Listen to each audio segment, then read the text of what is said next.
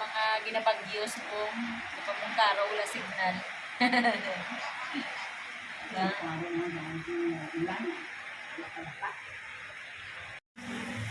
Hi guys, 5:21 na ng hapon. Si Mama bantay sa mga ulan sa kalsada.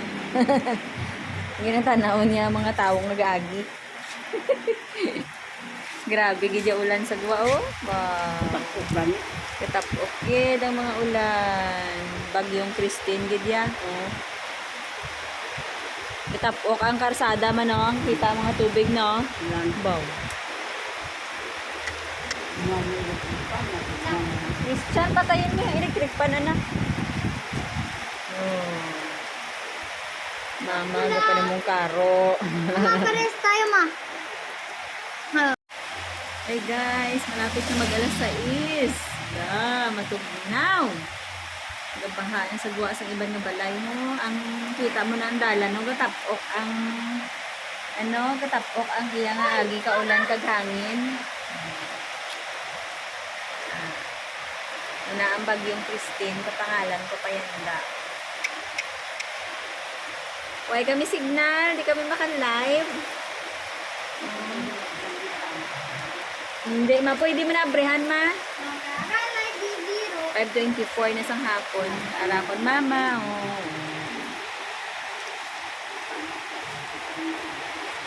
Gusto ni mama magsudaan sang isda, galing kay Way sa mga isda, subong kay may bagyo. Grabe ang ulan mga pangga. Expect natin subong ang bagyo, ang brown out, madulangan sa tubig. Tipon na gitanan niya, magtipon. Magtipon na kami sa tubig, parang panghugas ng sambuli natin. Tapos mag-charge na sa mga power bank.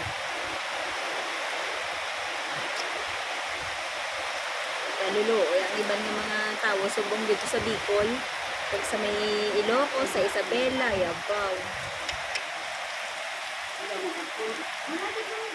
Makatuloy mo mata? Aton butangan sang liwat? Butangan ta, patakan tayo mo dalongga. Ay, mo ilong. Ay, mo nga mata.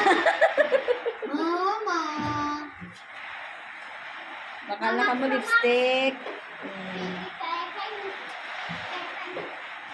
Patakan tayo mo ilong, imo mata, imo dalonggan. Makaturo ko na yung mata.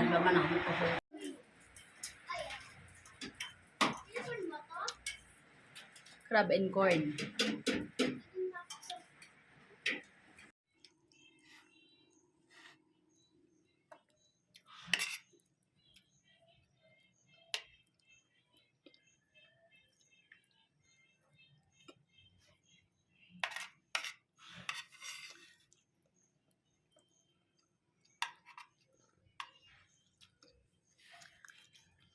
Doon na. Hindi na ako ma.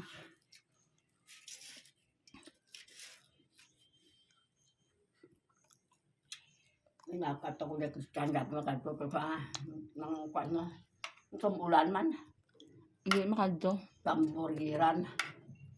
May anko sa kaon.